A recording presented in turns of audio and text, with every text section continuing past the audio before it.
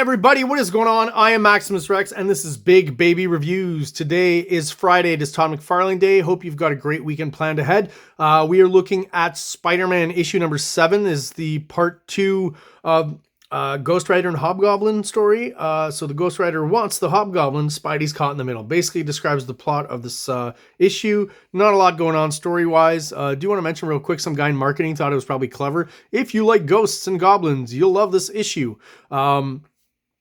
Forgot to mention, cover dated February 1990. Great cover. And again, the plot line, just want to get that out of the way. Not much going on in this issue. Basically a philosophical thing between, Hobgoblin, Ghost Rider, and Spider-Man kind of fighting over this kid and who of the three is best to take care of him, I guess, in this situation. So again, it's kind of McFarlane interjecting some of his philosophies, I think mostly through Ghost Rider, his darker side maybe through what Ghost Rider wants to do here, and his more reasoned human side through Spider-Man. So I do think it's Tom McFarlane pontificating a little bit throughout this issue. Hobgoblin maybe representing, the religious. He's brought in this religious aspect to Hobgoblin, this cultish aspect, and Tom McFarlane is on the record as saying, he's not into religion and God into all that stuff. So I feel like that is kind of a comment McFarlane's making on that. The use on this cover, let's go and talk about the art. I think it's a great cover. Spider-Man, anytime he's twisted upside down and stuff, it really works with his character. Here are the red pupils I was talking about on Ghost Rider, which I think are awesome. And again, I don't know. We're going to look inside. I'm not sure they kept it up inside the comic. I don't remember. I never consciously remember, but we'll see. A lot of people will point to McFarlane bringing Ghost Rider into Spider-Man as where he got the inspiration, or at least the idea that, hey, kids are into spikes and chains and stuff, right? But that's my best McFarlane, I guess. And that's where some of the inspiration, those elements were added to Spawn, right? To a design that already existed that he had done in like the late 70s, early 80s, but definitely updated for the 90s, again, using the chains and the spikes. So I think some of that came from these two comics, issue 6 and today's issue 7. Using, once again, I just find it weird that for that reflective layer that McFarlane's kind of leaving for the colorist, that they used white again, just like the last issue's cover. Just a weird choice. To me, it would look better with, whatever the color of, in this case, Spider-Man's leg, it's kind of black, but they use the blue for the highlights. You would have a light blue kind of all the way around. And where his boot is red, you would have a light red or a magenta or something like that, right? I think that would be a much better choice. But, for phosphorus explosions and stuff, that could work, right? Great cover overall, though. Got to say, it's got all the McFarlane stuff, the twisted Spider-Man, the creepy kind of horror character, and lots of debris that, I guess, color-wise, smartly the artist or the colorist just, made that monochrome one color. But I do feel like some of these elements in the front could have had a bit of highlights added on, just like Spider-Man, to make them pop a bit more, right? Kind of a smart choice for one thing, but not such a great choice for just these foreground pieces of debris, which could have been a little bit more defined. But there you go, early 90s comics, what you can do. So what's inside? We've got the typical cropped closely McFarlane vertical panels, which I think are cool here. Tom McFarlane, artist, writer. Jim Novak, guest letterer. Gregory Wright is the colorist, and Jim Salicrup is the editor. And I gotta wonder, already the highlight is a different color. Now in this case, it's like a weird green, but okay, I guess the lighting's green. I'm okay with that. Whoever's coloring the inside is probably not the same person as coloring the cover. I could be wrong, but already here, once again, yellow already works better, I think, as a highlight color than the white on the cover. And yeah, Ghost Rider, no pupil here on the inside, just on the cover. Interesting. Always thought it looked cool. I found it made McFarlane's Ghost Rider kind of stand out, and I guess it only really happens on one cover. I thought it was more widespread. Some great laying out of planes on this double page splash here. You've got the Hobgoblin here, who's closest to us. We got kind of a mid-ground Spider-Man, and then in the background you've got Ghost Rider busting in, all the debris flying around, all the multiple layers. Lots of depth and dimension to this fairly simple layout here, just by placing things in the right place and those clever bits of debris, right? Sometimes when we draw, it's like, you'll draw this cool shot of a character, like here, McFarlane did.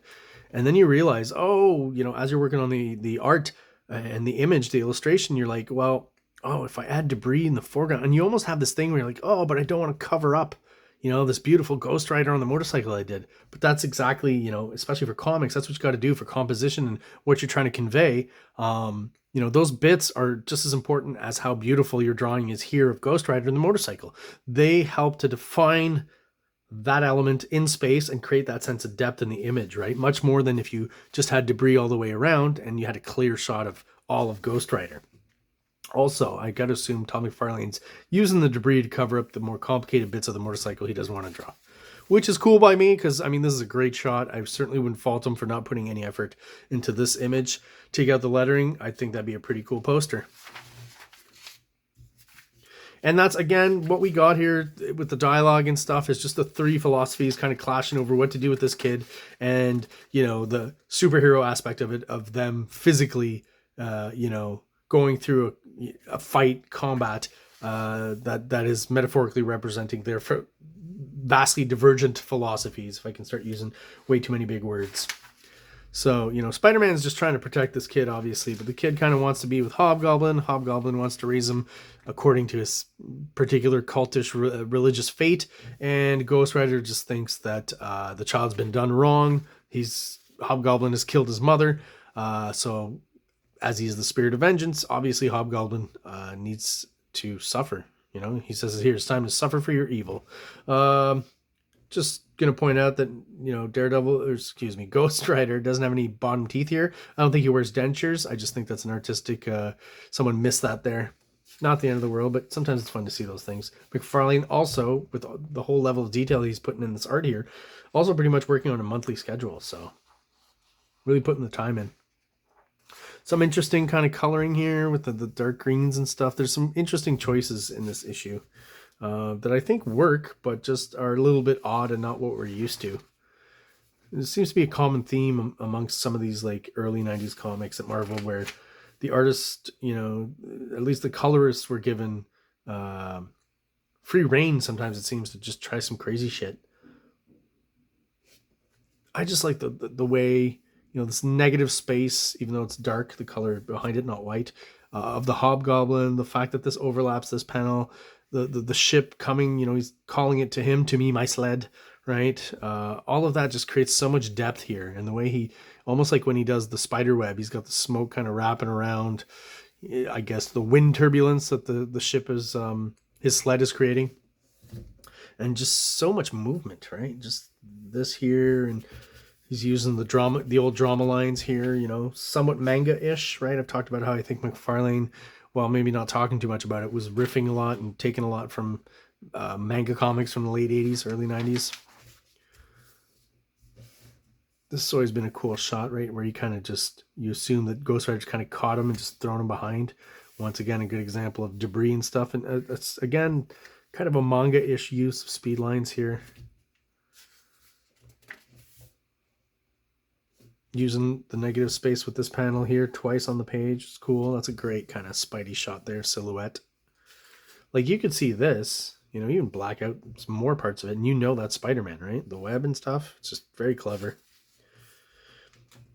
These two shots of the Hobgoblin are really cool, kind of horror haunting shots. Turning his sled into some sort of actual kind of flying bat demon. That's cool. A lot of green in this issue. Just very strong on the green. A lot of bold lighting as well, right? When, as things, power and energy blast past Spider-Man, we're getting that fully white reflection. Like, here it makes sense. This is so bright here that it's making this white out all over Spider-Man. I think it makes sense. Even the red they're using here, that's almost not, that's like, if you look close, that's like an orange, like a light orange. Really good use of a lighting effect here by just changing the colors. As like if you compare with just maybe a more averagely colored scene up here. The shot of Hobgoblin flying back here, really well done. Great foreshortening, using the cape, creating that drama and that depth, popping out of the panel. Some weird anatomy here if you really pay attention, but we're not. We understand what he's going for here. Cool shot of Ghost Rider here. Nice profile using the negative space once again. Profile is kind of a profile shot a McFarlane staple, McFarlane trope. And I mean, just the time it must take. I mean, it's pretty clear what this is. You can see the face and the legs and stuff, right? I think it works well. The coloring helps, I guess, clear it up a bit. But the amount of work and texture that's going in there. I mean, something like this for me would take quite a bit of time. Keep it clear. I'd have to correct a little bit, you know. McFarlane changing it up, right, for the pacing, the drama. So also it makes sense because they're moving in a vertical direction, right? So all of a sudden all the panels are vertical. Makes storytelling sense. Keeps the pages, the pace different. Keeps, you know, the dynamics shifting from page to page, which McFarlane is a master at. Just some interesting coloring here. That's not in any way McFarlane. That's just the colorist kind of designing these weird kind of shapes that I think work. Looks really cool. You know, coming back down to the light of the city. But, you know, out of context, that's pretty crazy for a comic book coloring.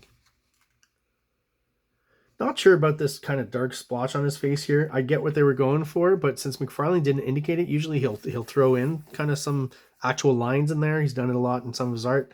I just don't feel it's necessary. It kind of obscures his face for no reason. Here's the example I was talking about for maybe for the cover. Could be even lighter, but just this magenta acting as kind of the lighter shade of this red for the highlight on his head there.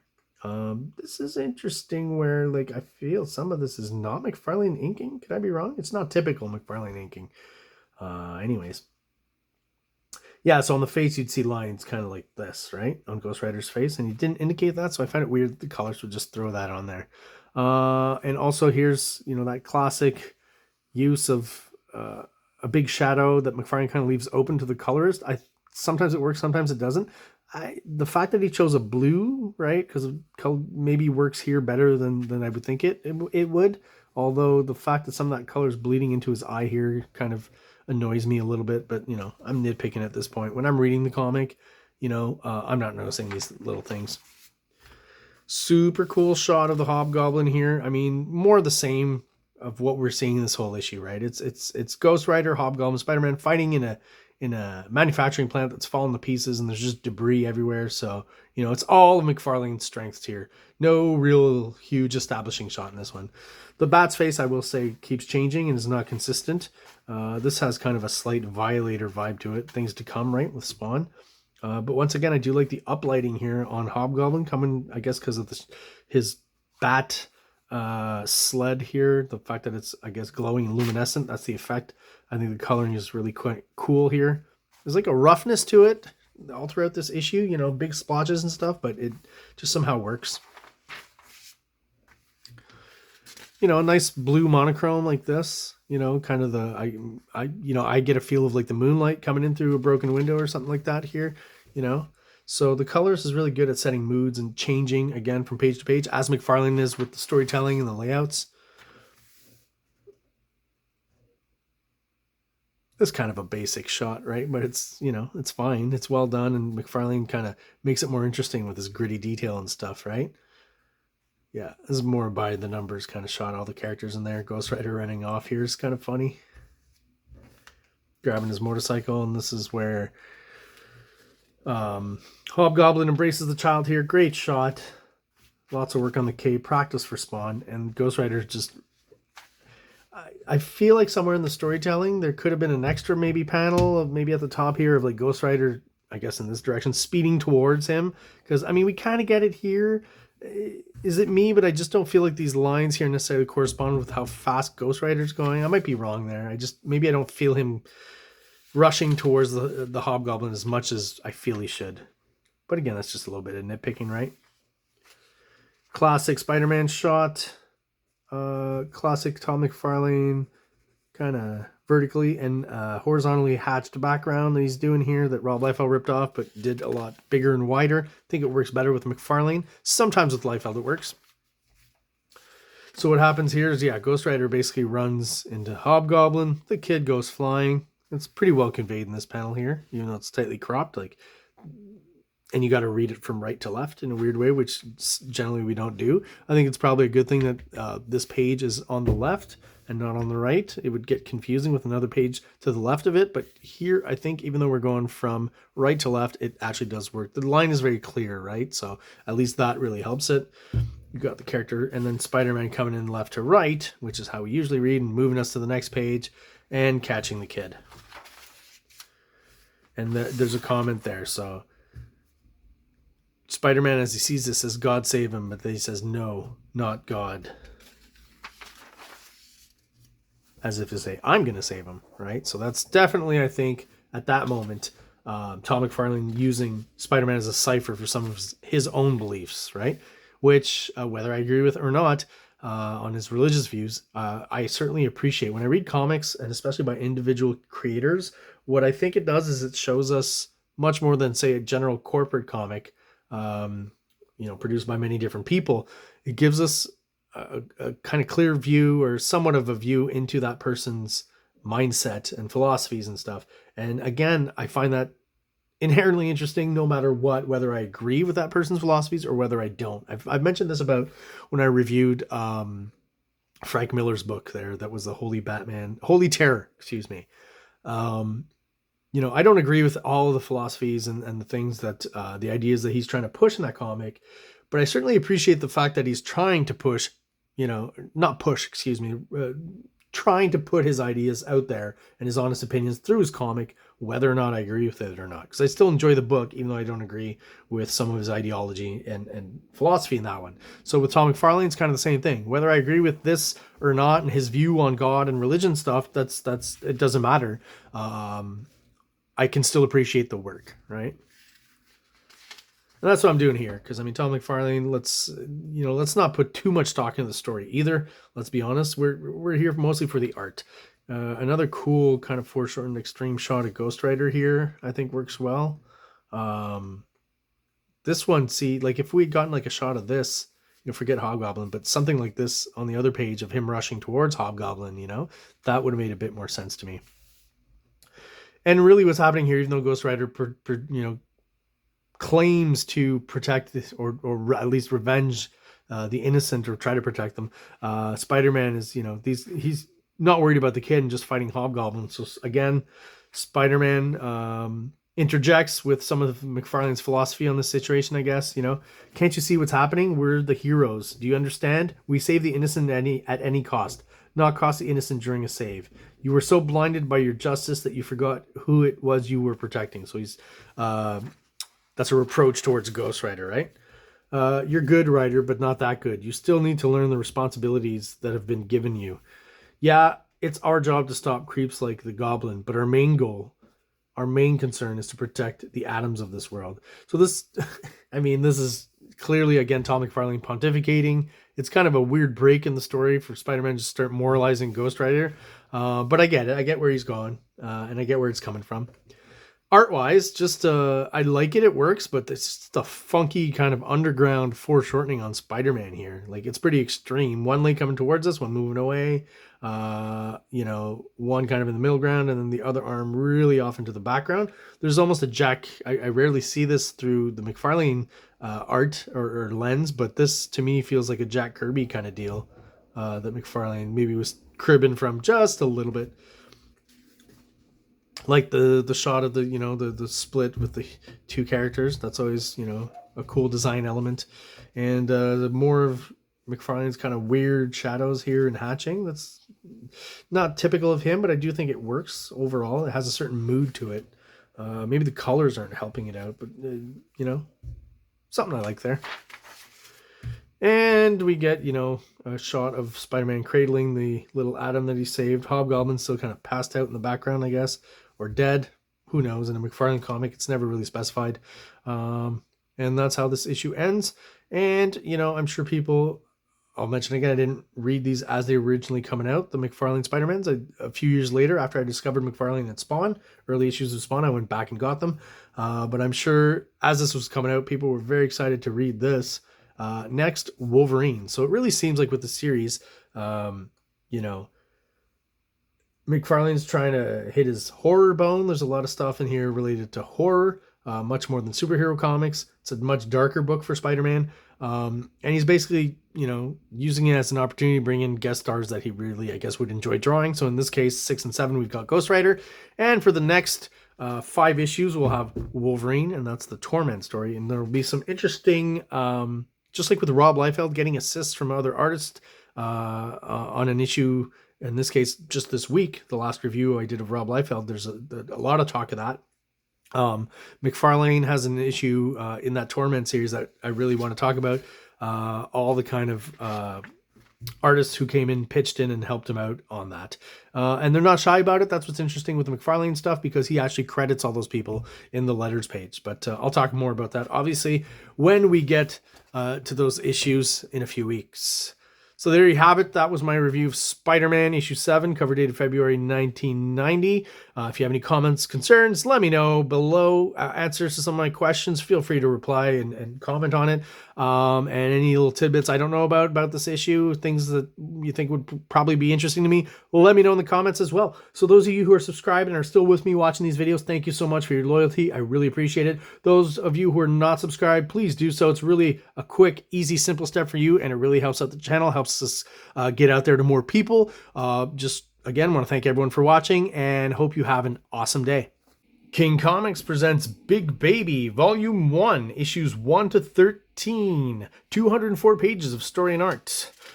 King Comics also presents Star Crasher one-shot, 32 pages, cosmic sci-fi surrealist adventure. You can find these fine comics at kingcomics.ca, at MaximusRex13 on Instagram, or on Facebook, MaxRex or Big Baby. Like! Subscribe! Like!